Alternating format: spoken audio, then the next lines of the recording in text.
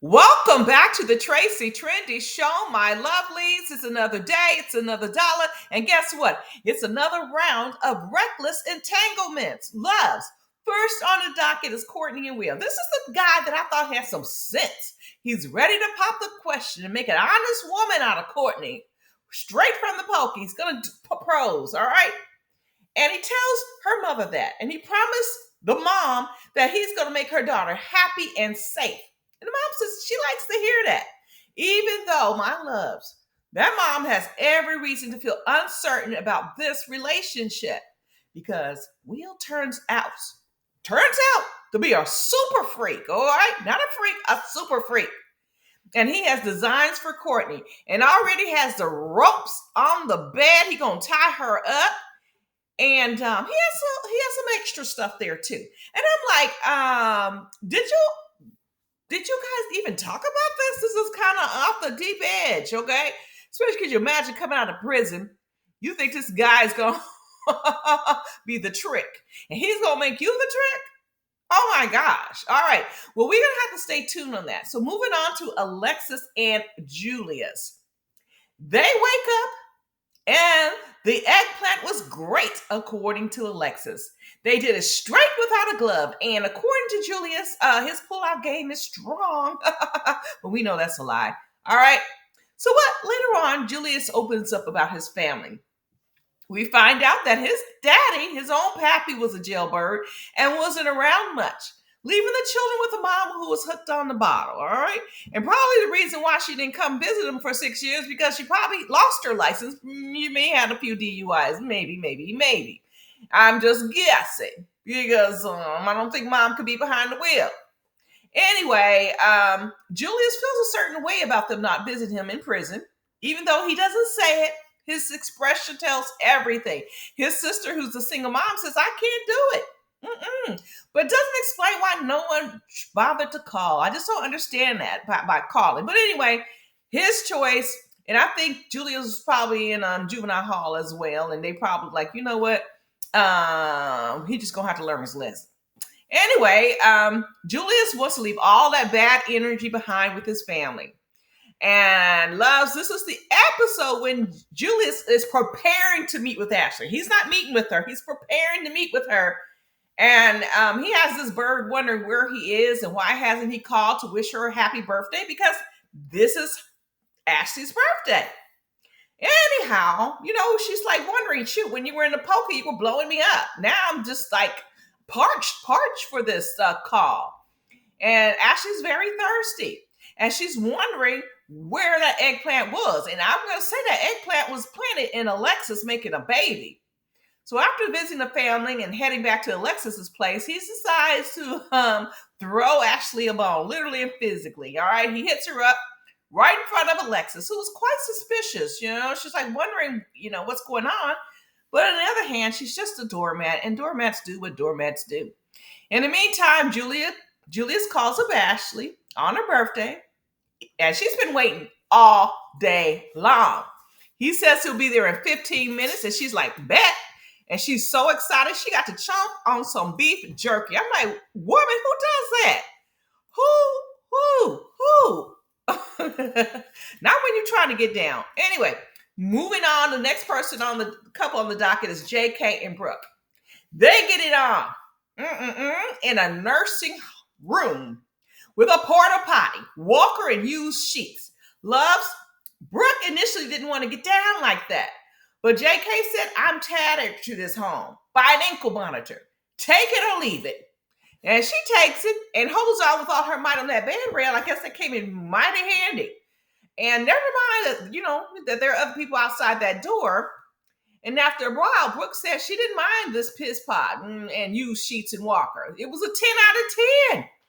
And after the fireworks, JK kicks back on the phone. And this bird is wondering why he didn't call her kids because they all have phones, and it bothers her because he's supposed to be their daddy. And I can't understand why she left her kids to lay up in a skilled nursing bed with a piss pot nearby. And I'm wondering, does the lady who offered her room, doesn't she need all that stuff? And did they clean up? I doubt it. Anyway, next on the docket is Kiana and Deandrich. Now, she's worried that if she's not there for him, his baby mama will be. So she takes off from work to hustle to get him to that employment office. However, since he has been out, he's been talking to his baby mama and can't give a straight answer or whether or not he's in love with her. Now, Kiana, she knows about this meetup that they having. Now, they meet up, and Kiana knows all about this, okay? And the baby mama and him are kind of playing, like footsie under the table. Not literally, but, figuratively. And he tells her he's moved on. And her name is Jawala. And she tells him up front, she's not over it with him. She's raising his 3 kids. And he says, he might have clinged on to her longer than he's supposed to. That's what he tells the camera. And then he tells Jawala, I'm going to move on with Kiana. I need to try something new for once. And maybe that's the right thing to do. I don't know. I got to try it. And at the same time, this man looked like he's struggling to tear away from this little jump off. And Jawala, the jump off, feels as if she can get this man back anytime. And I'm going to say, this is what I'm going to tell this man, Deandrich. I'm saying, man, go raise your damn kids with that woman and let Kiana find a decent man that loves her. Don't be tying her up and using her. Go on and let that baby mama and live with her and y'all form a family. You already got 3 damn kids by her. Then go on and do right. Make an honest woman. And stop using this woman. Now, and Kiana, you got to tell her no. Moving on to Michael and Joey.